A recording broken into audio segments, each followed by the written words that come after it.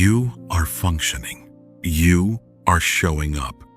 You are believing God genuinely, not just saying it. And you are still crying. And somewhere in the back of your mind, a quiet thought has started to take root. Maybe the crying means something is wrong with your faith, with your healing, with how far along you should be by now. You look at yourself praying, reading the Word, going to church, doing everything right, and you still come home and cry. And it does not make sense. Because if God was moving, wouldn't you feel it by now? I need you to hear what I am about to say and let it go all the way down before you decide how you feel about it. The crying is not evidence that God stopped building. It is evidence that He started. He does not build after the tears. He builds through them. The grief is not the waiting room. It is the construction site. And what He is building right now, in the season that looks like nothing from the outside, is the foundation that everything else in your life will stand on. There is a man in Scripture that most people read past too quickly. His name is Nehemiah. In chapter 1, we find him sitting on the ground in grief. He had just received devastating news. The walls of Jerusalem were broken down, the gates burned, the people in ruin. And Nehemiah 1-4 tells us, I sat down and wept. For some days I mourned and fasted and prayed before the God of heaven. For some days, not for an afternoon, not until he pulled himself together. For days he sat in the grief. And here is what most people miss. Nehemiah did not weep and then receive the vision. The weeping was the vision forming. The mourning was the blueprint being drawn. The fasting was the courage being built. Every day he sat in the grief, something was being assembled in him that could not have been assembled any other way. And by the time King Artaxerxes looked at him and said, "What is it you want?" Nehemiah already had the answer, the timeline, the materials, the names of the officials he needed letters from. He had everything. Not because he figured it out after the tears stopped, because he built it while they were falling. That is the God you serve. He does not look at your crying and say, "I'll start when she gets herself together." He looks at your crying and says, "This is exactly where I build." Now, think about the tallest buildings in the world. The Burj Khalifa stands 163 floors above the ground. But before a single floor went up, workers spent months going down. The foundation descends 164 feet below the surface. If you had walked past that construction site in the early months, you would have seen nothing but a massive hole in the ground, dirt being moved, machinery going nowhere, visible. From the outside, it would have looked like destruction, not construction. But the depth of the foundation is not evidence that nothing is rising. It is the reason something extraordinary eventually will. You cannot rush a foundation. You cannot skip it. The hole is not evidence that nothing is happening. The hole is the work. And the deeper it goes, the higher what follows will rise. That is what God is doing while you are crying. He is in the excavation with you, going deep. And the first thing He is building down there is a foundation strong enough to hold what is coming. The life God has for you, the relationships, the calling, the things you have been praying for, that life requires a foundation strong enough to carry it. Foundations are not built in calm seasons. They are built under pressure, in the kind of sustained weight that compresses ordinary material into something load-bearing.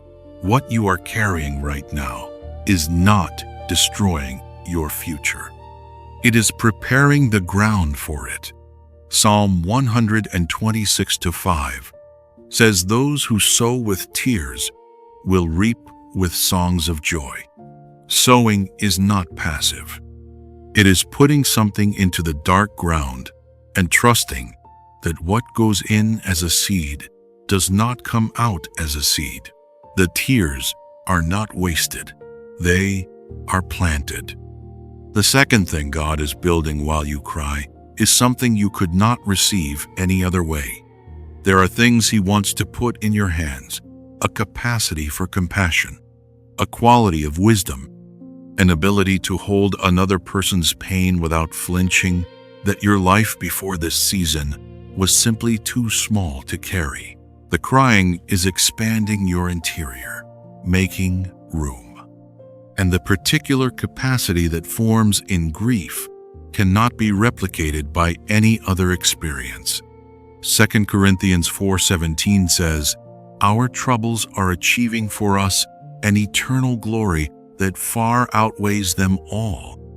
Notice the verb, achieving, present tense, active, not will achieve once it is over, achieving right now while it is happening, while you are in it. David understood this. He wrote Psalm 57 from a cave hiding from Saul, genuinely afraid, in the middle of the worst stretch of his life. And what came out of that cave were words so precise about God's faithfulness that they have been sung by millions across 3,000 years. He did not write those psalms after the cave. He wrote them in it. The depth of the cave became the depth of the song, and the song became what held other people in their caves long after David was gone. What God builds in you in this season is not only for you. 6 months from now, a woman you barely know is going to sit across from you and say something that breaks her, and you are going to know exactly what to say.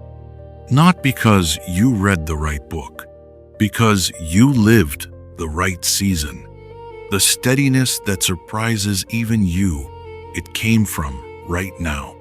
From this, and the third thing God is building while you cry is perhaps the most important. He is building the version of you that the promise was designed for. The future He has for you was not designed for who you were before the crying started. It was designed for who you are becoming in it. This is not about worthiness. It is about fit. About the person the promise was written for, being ready to carry it. Go back to Nehemiah. When the moment came and the king created the opening, Nehemiah was ready.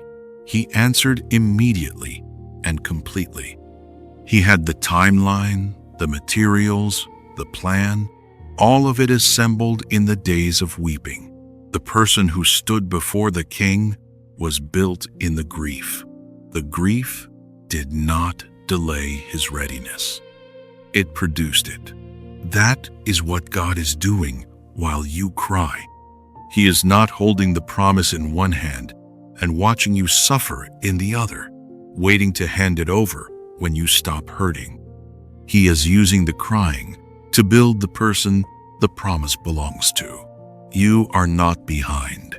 You are being built. Isaiah 43:2 says, "When you pass through the waters, He will be with you." Through, not around, not after, through. And the water you are passing through is not a sign that the promise is delayed. It is the road to it. Now, I want to speak practically for a moment, because knowing that God is building is one thing, and cooperating with what He is building is another. There is grief that processes, and grief that circles. Grief that processes goes somewhere to the altar, to the page, to God directly. Grief that circles stays on the surface, replaying without moving. Nehemiah's grief was directed. He wept and fasted and prayed. The emotion had direction. So when the crying comes, do not only cry, pray. Let the tears be part of the conversation with God. Ask Him specifically, what are you building in me right now? Not because you will always get an immediate answer, but because the question itself moves you from reacting to participating. And stop measuring your progress by how you feel. The foundation is being laid underground. You cannot feel it from the surface. If you evaluate the construction by how you feel today, raw, tired, not yet healed enough, you will consistently conclude that nothing is happening, and you will be consistently wrong. Progress in a grief season does not feel like progress. It feels like survival. And survival in this season is the progress. The question is not, do I feel better today? The question is, did I bring this to God today? That is the real measure of movement here. And protect the construction site. Well-meaning people will put a timeline on your grief. They will say, it has been long enough. They mean well, but they are wrong about the timeline. You cannot rush a foundation. Cutting the excavation short to make the surface look better, faster, produces a building that falls. The construction happening in you right now is too important to hand the pace of it over to people who cannot see what is being built. Protect the process. Let it finish. You are not falling apart. You are being built. The tears are not evidence that God stepped away. They are evidence of how seriously He is working. He does not build after the tears. He builds through them. And what rises from this foundation when the excavation is finished, when the depth is laid, when the season of going down gives way to the season of going up? What rises will be worth every day you spent in the digging. So let this be your declaration today. God is building in my grief, not waiting for it to end. My tears are not wasted, they are seed. The excavation is happening. The foundation is forming. And I trust the God who builds in the dark, because He knows exactly how high this is going to rise. If this message found you in the middle of the crying, type in the comments, He is building. Not he will build, not he built, He is building. Right now, in this, let that be your anchor. And as God builds the foundation in this season, part of what He is building is your ability to recognize what is real when it finally arrives. Download the free counterfeit test in the description. It helps you identify the difference between what God is building toward and what the enemy sends as a distraction in your most vulnerable seasons. The link is right below. God bless you, and if this message strengthened you, remember to like, subscribe, and share so others who are in the crying can be reminded that the construction has already begun.